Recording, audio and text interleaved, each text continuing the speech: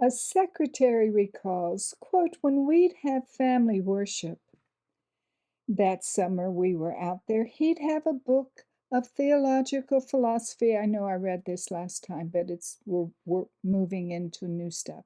A book of theological philosophy or something he was reading. He'd read a sentence, sit there thinking about it, expound upon it, then go on. This developed in me an interest in theology. Another student commented, we first met him when we went to the seminary in 1937. I never sat at the feet of anyone who made me think so hard. He took my mind and stretched it until I thought it would break. Indeed, behind Elder Andreasen's desk in the seminary building that was soon built was a neatly framed motto saying, think things through. He asked people to think and to appreciate what they discovered. ML had his own philosophy of teaching. One was his approach to truth. Ask all the questions you desire, but be able to answer your own questions. If nobody else can, he took that attitude toward the questions he asked. I'll never ask a question of you unless I can answer it. He didn't pretend to answer all the students' questions, but he could his own.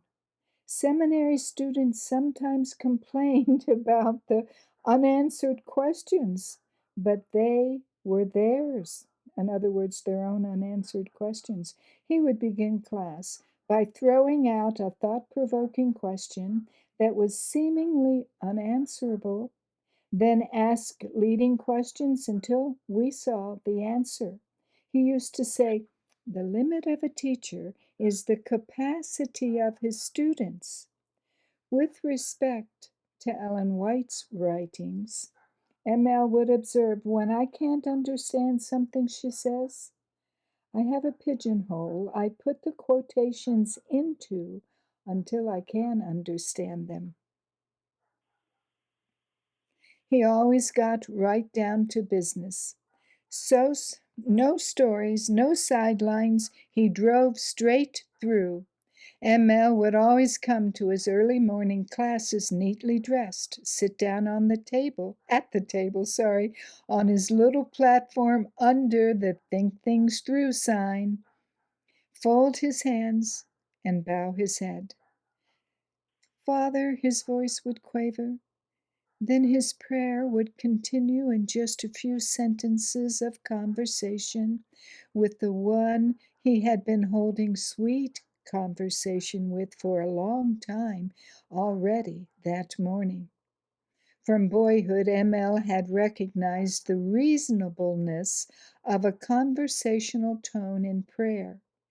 I noticed that preachers in general had a kind of cry voice that they used when praying, and some even when preaching.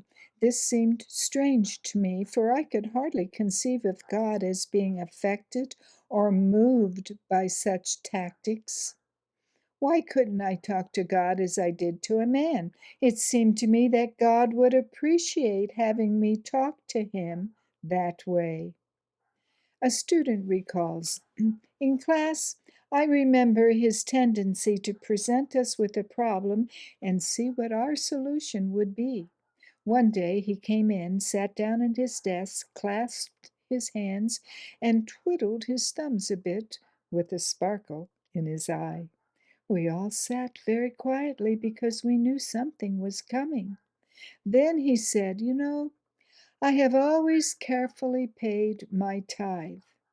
At the end of the month, I always figured it out exactly, then added a few pennies. Then I gave my wife the figures, and she goes over it. She makes any corrections she can.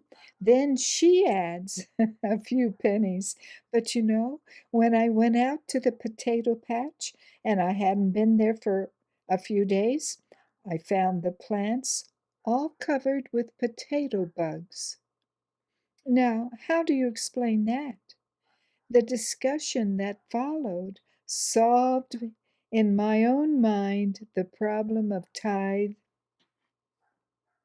and my understanding of Malachi's statements about it, an expression of ML used occasionally would probably throw some light on the answer. Prayer, quote, this is a quote, prayer is no substitute for mathematics, end quote. And certainly on appropriate occasions, he would add, or work, claiming God's promise cannot take the place of spraying for potato bugs. A dean of the SDA Theological Seminary asked in an interview whether he had known Elder Andreasen, replied, quote, "He was my teacher at the seminary. I appreciated his incisive mind and deep theological insight and his sense of fairness and a keen sense of humor, an unusual sense of humor. His words were few, but always very well chosen. What he wrote was brief but pointed. He didn't like long letters underlined in red. His sermons and classes always sparkled with interest. He grew with acquaintance. His personality was not seen on casual acquaintance, but stood the test of time. The longer one knew him, the greater one's admiration was. His store of knowledge on many subjects seemed unlimited. He touched life at many points. Elder Andreasen combined the quality of an administrator with that of a research student, a rare combination. He had a profound respect for the writings of Ellen White and for her personally, having lived in her home. He did not attempt to answer questions with which he was not acquainted and did not speculate on theological problems where revelation is silent, end quote. And that's a quote from W.G.C. Murdoch. Now we start a new chapter about when he was field secretary. For a period of 8 years, M.L. Andreasen occupied two distinct posts at World Headquarters. In 1941, he was invited to be a field secretary for the General Conference. In the seminary section of the church's 1945 yearbook, he is listed as a visiting instructor in Bible and systematic theology, of which he had previously been professor. Wearing two hats was nothing new to him. Back in Bluff's days, he worked not for one tailor, but two. Thereafter, he was always doing at least two things at the same time. For that matter, a number of the early seminary teachers had other responsibilities and were merely called in to teach a class for 9 weeks during a given year. For years, writing had been M.L.'s second occupation. In Tacoma Park, when he couldn't sleep at night, he would go down to the basement and type at his big desk. The girls who lived in the basement apartment used to hear his typewriter at all hours. It was there that he prepared Sabbath school lessons for 3 quarters during the year 1948. To accompany these lessons, he wrote his most scholarly volume, the Book of Hebrews, a verse by verse commentary replete with spiritual lessons. Again, M.L. tells his own story, quote, "After I left the seminary, I spent some years in teaching, visiting mission fields. What I learned could fill a whole book. What I found a few missionaries who were living off the fat of the land and implored me to be sure not to tell too much. But the overwhelming majority were true and faithful servants of God who in some cases suffered much real privation and never murmured, but faithfully did their part. I saw native workers who deserved a better lot, and whom I felt did not have a square deal, but there was little complaint. On the whole, I was proud of our foreign work and our native workers. God has wonderfully blessed the efforts we have put forth. I was up in Norway immediately after the war when the brethren got together one Friday evening for worship. It was the first meeting that had been held there for years without police and military intervention. And so we began to sing, Beautiful Valley of Eden. Some may think the melody of that song does not measure up to the standard of the grand old hymns. I'm sure it does not, but it has special memories for me because we used to sing it on Friday evenings when I first learned the truth back in Iowa. Now, in Norway, we were singing it. We never quite finished that song, for this was such a solemn occasion, the first meeting after the war when our Norwegian believers could be together in peace and safety. And so some quietly began to weep for joy. Then others joined in the weeping, and before we were done with the song, we were all weeping together. I was supposed to speak that night, but I didn't. I couldn't. We sat there and wept for joy. And then we closed the meeting. ML loved being, that was the end of the quotation. ML loved being the field secretary, a field secretary of the General Conference, and although he was approaching 70, he wanted to be reelected for another term so that he could continue his work. I don't think there was any worker out in the field who didn't feel that his meetings were beneficial.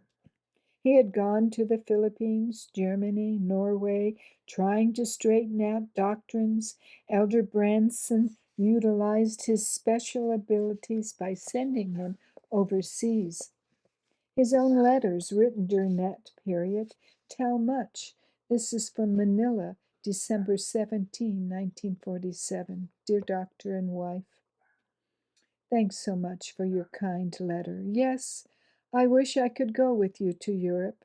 I am likely coming back by way of Europe, for when I leave from Singapore, I will be exactly halfway around the earth. There is not 100 miles difference, and the fare is the same. I plan on going by boat if I can get one. I was in an accident the other day. We ran over a man and cracked his leg. He got up on the other leg and pulled out a .45 revolver to shoot the conductor. The bus was vacant in a moment. I didn't have sense enough to run. The conductor crawled on the floor under the benches, and as the gunmen could not move, the conductor escaped. Our sanitarium here, a large concrete building, was almost completely demolished by the Japanese. When they left, they placed a time bomb in the elevator shaft, and when it went off, the building collapsed. They were trying to restore it, but it will take several $100,000. We have 3 doctors here. I am conducting a school for the workers, 4 sessions a day. A.V. Olson arrived today, tomorrow, Elders Bradley, Cosentine, and Armstrong. And so again, love and greetings, and a happy Christmas and New Year, M.L.A. And remember me, especially to Grandpa, and oh, the lambs, of course.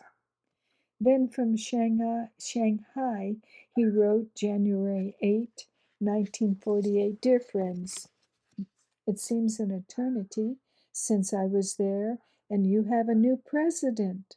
I hope he will make good. Here in China, it is much cleaner than in Manila. Also, the people are better clothed and fed. Of course, I have seen only a small part, but others say that while there is poverty and starvation in the outlying provinces in China itself, it is not so bad. They have difficulty here among the Chinese workers who demand equality in pay with Americans. Their standards are different from ours, so we have paid as the Chinese pay their workers, only more liberally. But they are not satisfied. One demanded a refrigerator and got it. He used it for making ice cubes to sell and never put food in it. Our men do not know what to do, but I suppose some adjustment will be made. Elder Dedamore is to hold an effort in Shanghai in English. There are certainly people enough, and there are several English newspapers. Some prophesy failure, but there are an endless number of young Chinese who know some English, so we should not lack an audience. Then, in May of 1948, he wrote from Washington, D.C., Dear ones all, so much thanks for your kind and good letter. We certainly enjoyed having you visit us for a little while. Our schools are all going the wrong way financially, going into debt head over heels. Berrien has suffered the least. For that, President Johnson should get the credit. We have learned a new thing. As the students cost more than they pay in, the more students, the harder it is to run a school financially. We used to think that many students would help us, but each one costs more than we take in. So 1,000 students are worse than 500. That is a new one. And so all our schools are running in debt. I was invited to give the address at Ottawa, La Sierra, and PUC. I declined all. The Faith of Jesus, second edition, will come out in 2 volumes. The first 650 pages is all ready for the printer. I have been asked to prepare a book on the Sabbath for our evangelists for wide use. I will have another book ready soon on our doctrines and one on prayer. Hebrews has now sold 40,000, which is a record, they say, for that kind of book. Despite my protest, they have put my name in the new seminary catalog. That is too bad. Students in India and China read and come to get certain courses. I protested last year, and they promised it would not happen again. It was a mistake.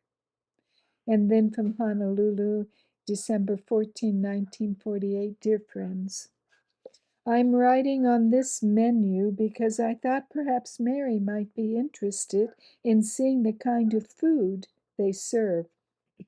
The trouble is they waste it, for they serve such large portions and everything is perfect.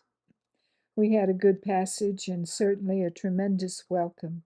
This was the first boat to arrive for 3 months, and the whole town was down to see it. Flags, bunting, bands, music, songs, leis, hula dance, etc. I got 7 leis, and some of them were simply gorgeous, and Vesta enjoyed it all. This beats California entirely.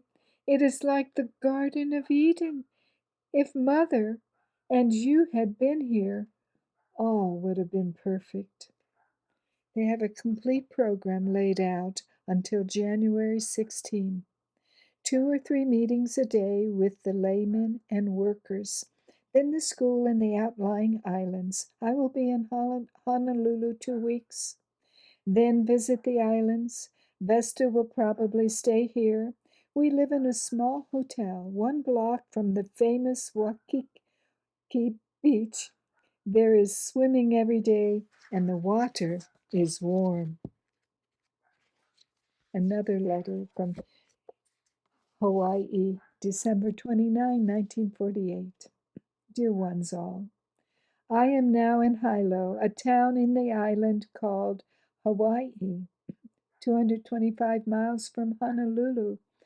Everything is much greener here than in Oahu, the island where Honolulu is located.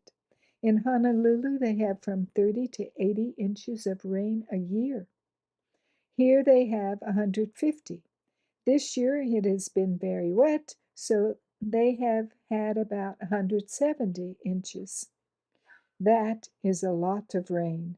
I suppose Minnesota has about 20. This means that here it rains every day and night, surely, but it is wonderfully green and beautiful. 2 years ago, there was a tidal wave that took away much of the town, bridges and railway station. There are craters on the island, and they erupt every so often.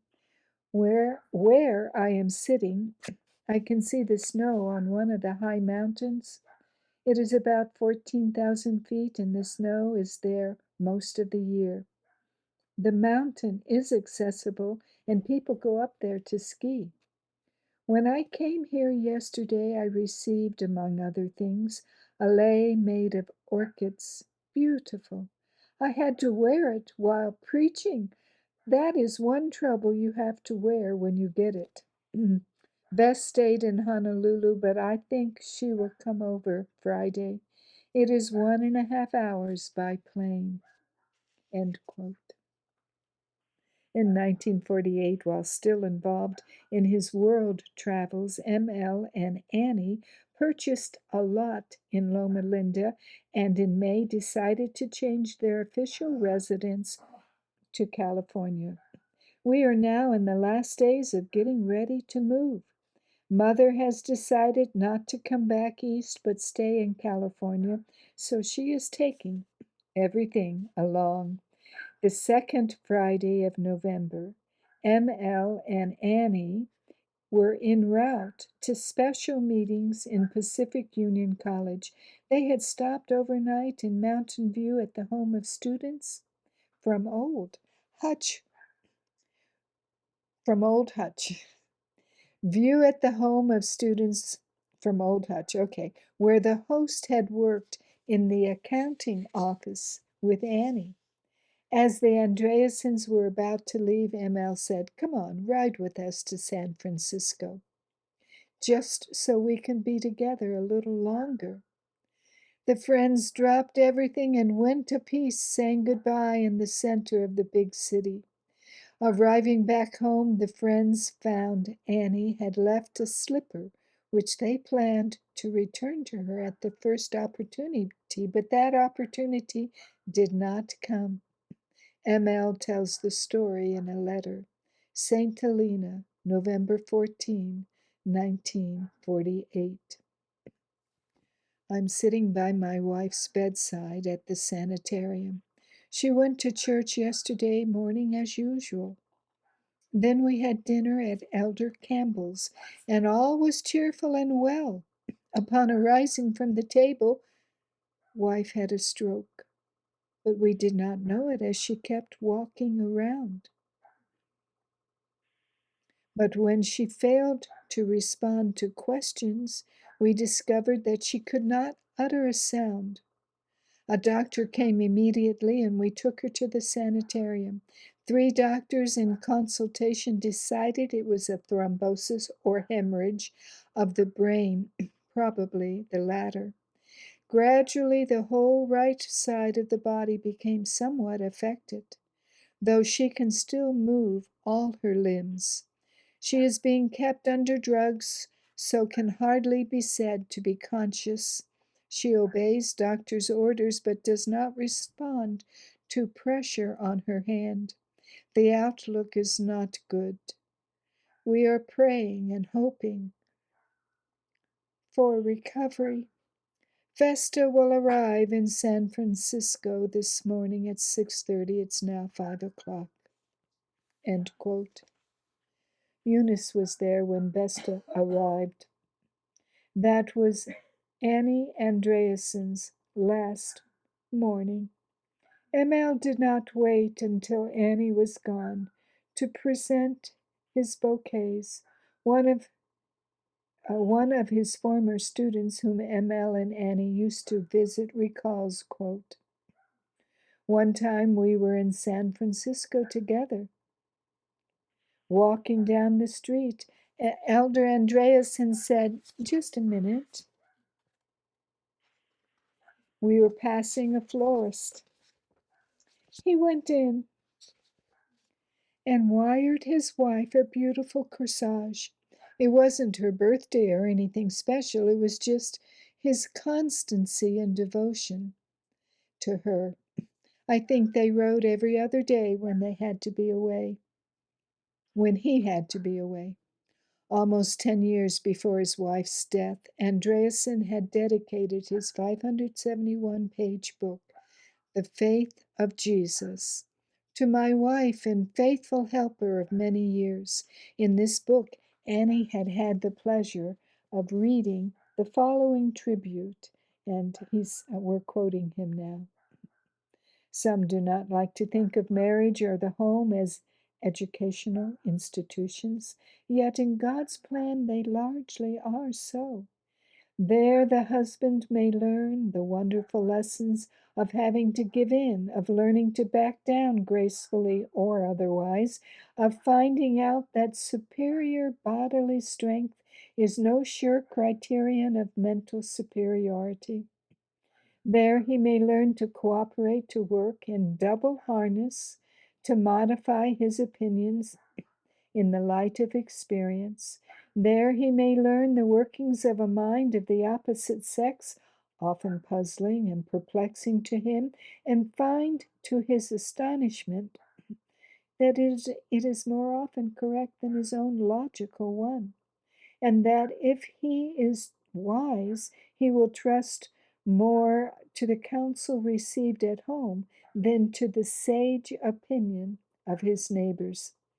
In retrospect, he will be thankful for the times when he was saved from making a fool of himself by heeding the advice of his wife, and he will sadly remember how many more times he could have been saved had he been willing to listen to her counsel. He will, on his knees, thank the God of heaven for teaching him valuable lessons, and will know that if he is ever saved in the kingdom of heaven, much of the credit will go to the one whom he has promised to love, honor, and cherish. Few are the men successful in public life who do not have a faithful wife to thank for their success. Many are the wives who not only have children to rear, but who, in addition, have a husband who needs bringing up. Many a wife early learns that the husband's idea of the division of work is that he is to take most of the glory and she is to do most of the work. But even this lesson is worth learning. There are altogether too many people who are willing to work only if they can be duly recognized and receive public credit. Few are those who are willing to toil in obscurity, receiving only the credit that the angel records. But to be willing to do this is real religion. In the books of heaven, could some husbands read the writing, they would be astonished to see how God keeps books. It would make them a little more humble and also more appreciative of the unselfish work of their companions. End quote. In public, M.L. liked to refer to the experience of Ezekiel when the Lord told him he must go right on giving his message despite the sudden death of the delight of his eyes. Therefore, he went on meeting his appointments. A typical week of prayer is recalled by a student at what is now Andrews University. Quote, Don and I both went through a week of prayer under Andreasen, you know. But he really went over big, too. I can still see Bill Brown, you know his father, big news reporter. Almost he was persuaded. Wish I had tapes of some of those sermons. Is your life a sewing machine running without a thread? Heaven, and, of course, his rare one on health reform, pleading for the middle of the road. The thing was really a masterpiece, as was, of course, the one we'll never forget, Stay by the Ship. That's in quotes. Reviving the various crises he had seen the church survive, and pleading over and over and over to stay by the church no matter what it is going through to triumph. Now, he might have my words now, he might have a different opinion today, but at that time, and that was probably in the 40s, we don't know. Let's see. The Faith of Jesus was published 1943. In the footnote, it says, very soon afterward, M.L. wrote this letter. Dear friends, this is Washington, D.C., April 22, 1949. Dear friends, my Friday's work is almost done. Mowed and raked lawn 100 square feet, swept the sidewalk 4 by 60, scrubbed the kitchen linoleum, it needed it, cleared the dishes 3 off the table, also knife, fork, and spoon. He's keeping his own record, isn't he? And washed and dried them and put them back where they belonged. Vacuum cleaned all the rugs in all the rooms, made the bed, declined 2 calls to speak Sabbath and accepted 1, wrote 2 pages of manuscript, got 4 letters from Ethiopia, Singapore, New England, and California, all signed with love except 1, have a kettle of beans on the fire after soaking all night, and didn't forget to put the onion in. No beans, no Sabbath. Sprinkled my clothes 1 shirt, pressed my Sabbath suit, shined my shoes 2 pairs, bought the necessary groceries for Sabbath, attended a general conference committee meeting, had to take an extra trip to town to get some dry cleaner clothes for Vesta that I had forgotten, and now I am sitting down to write a half-dozen letters. I'm coming to California in time for the Linwood meeting, last part. The Lodi and the Linwood are at the same time. I go to Lodi first. I start west in 2 weeks by car if the old buggy will take me there. I will visit in Iowa, Minnesota, and Nebraska for a few weeks and leave my car in College View while I go back to South Lancaster for a meeting June 5 through the 10th. I have tried to get out of this meeting but cannot, and so I plane or train back to Lincoln and arrive in Lodi June 15. Some itinerary, but it is the best I can do. I will stay in California till September, but will be kept busy most of the time in between. I make a trip to Idaho. End quote. This is the man who was soon to be put on retirement. And now we start the next chapter entitled Retirement. The years are 1950 to 56. Soon ML would be 74. He would need someone to take care of him in his old age. The friends in whose home Annie had been stricken felt a special burden. They brought a candidate, Gladys Grounds. M.L. described her in writing to friends in the mission field well. She's a wonderful woman. She's in her 50s, a little bit on the broad side. She has 4 children. I think you would like her. I want you to meet her sometime. She's a nurse, agreeable, even has a sense of humor, more than I deserve. Gladys welcomed the privilege of being married to such an honored man and resolved to do everything in her power to minister to his needs and wishes. Life looked so rosy for ML that he wrote "just married" on his registration at the 1950 General Conference in Exposition Building in San Francisco.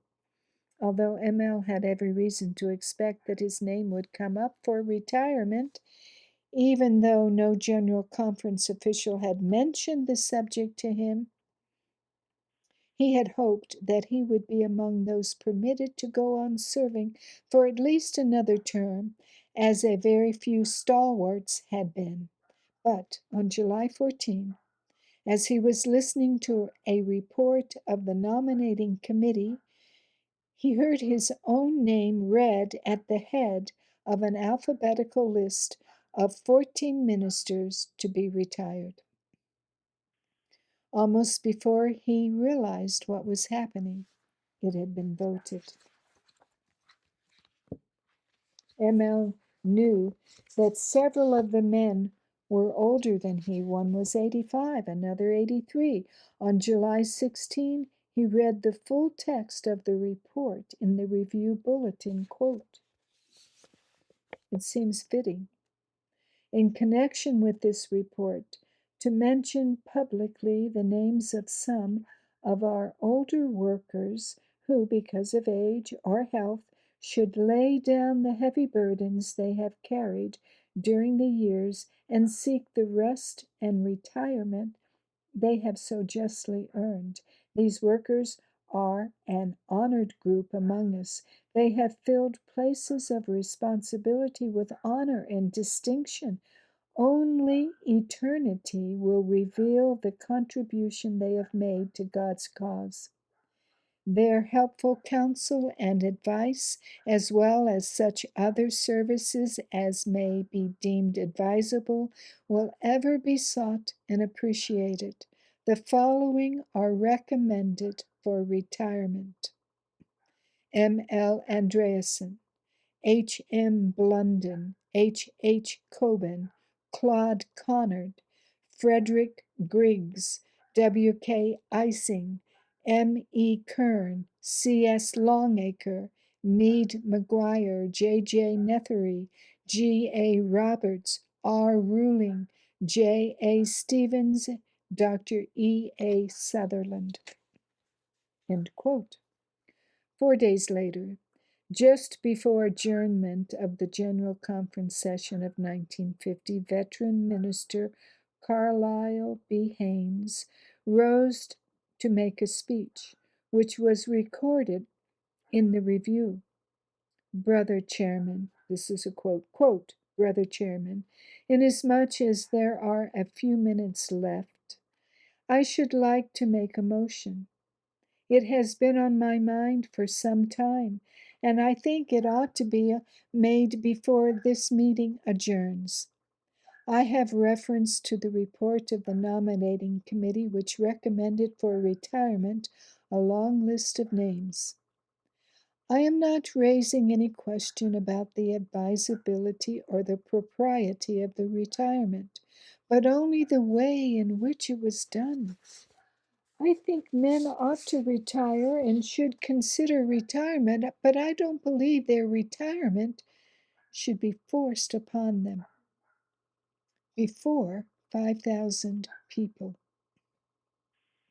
I am inclined to believe that administrators ought to face up to the unpleasantness of the task in dealing with men of this kind and deal with them frankly in the quietness of their offices.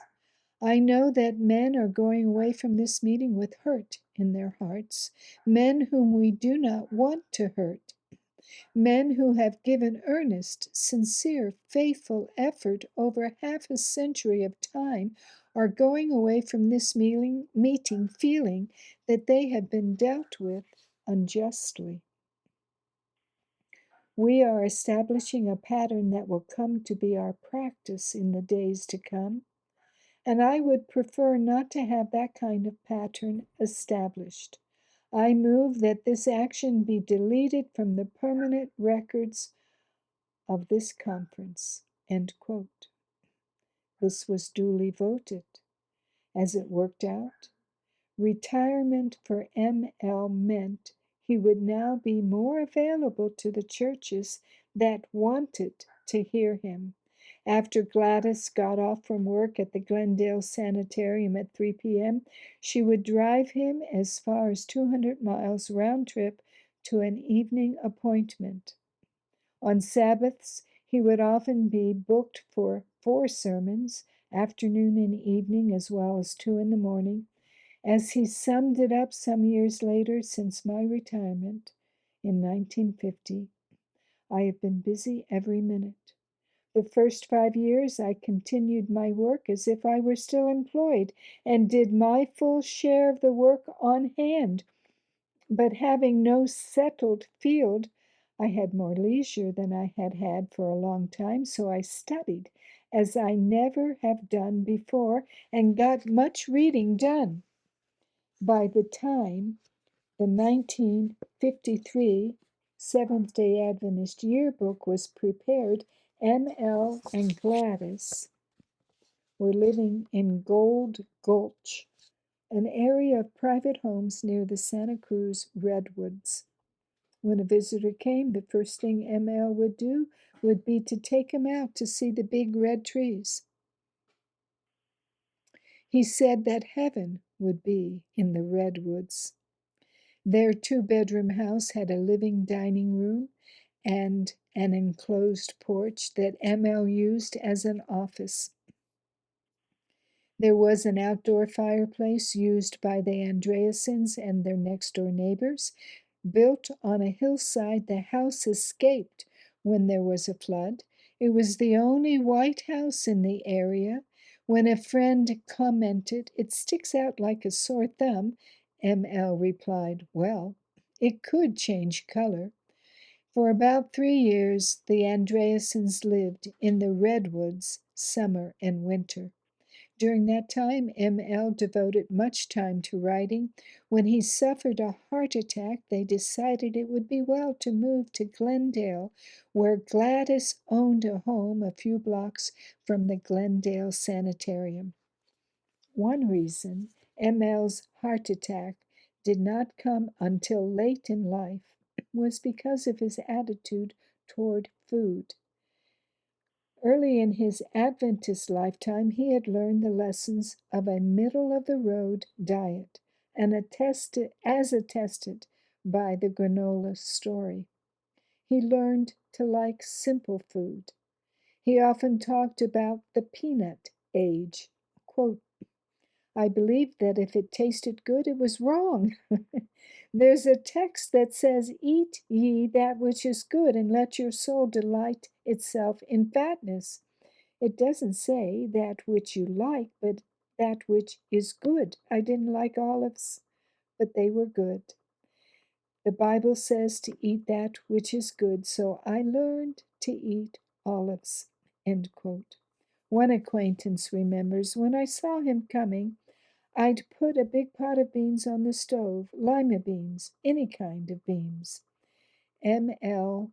wrote whimsically to a friend in the tropics one time, "Even if the committee should vote in a year or two that I try once more to come down your way, I will be too fat by that time to get into the tropical suits I have now bought, so they are a total loss."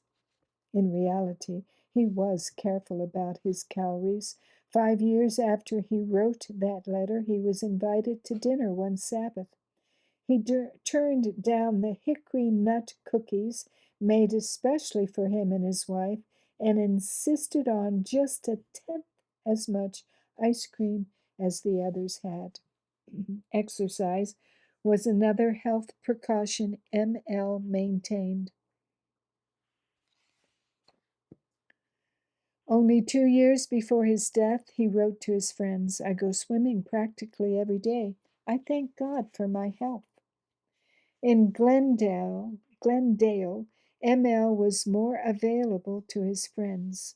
He always loved to have former students visit him. He especially appreciated having some of them drop in and have prayer with him in Scandinavian. Others would listen to music with him. He liked to listen to the Don Classics singers with the lights out. When the record was finished, he would always pray. A secretary relates. Once, when he was in the foyer of the Southern California Conference, he stopped to read a newspaper. I came in and noticed he was reading Ann Landers. I said, "She seems to have an answer for everything." "She's a smart woman," he responded. Then, slowly, "She is a wise woman and a good woman. It would be fearful to be married to a woman like that." When M.L. moved back to Glendale, the Southern California Conference gave him the title of Ministerial Secretary.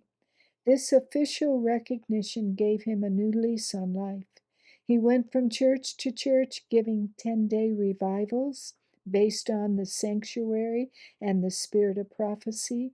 He spoke at camp meetings. Wherever he appeared, he was, as he always had been, a crowd getter. No one slept when he preached. And that's the end of that chapter. I think that would be a good place to stop.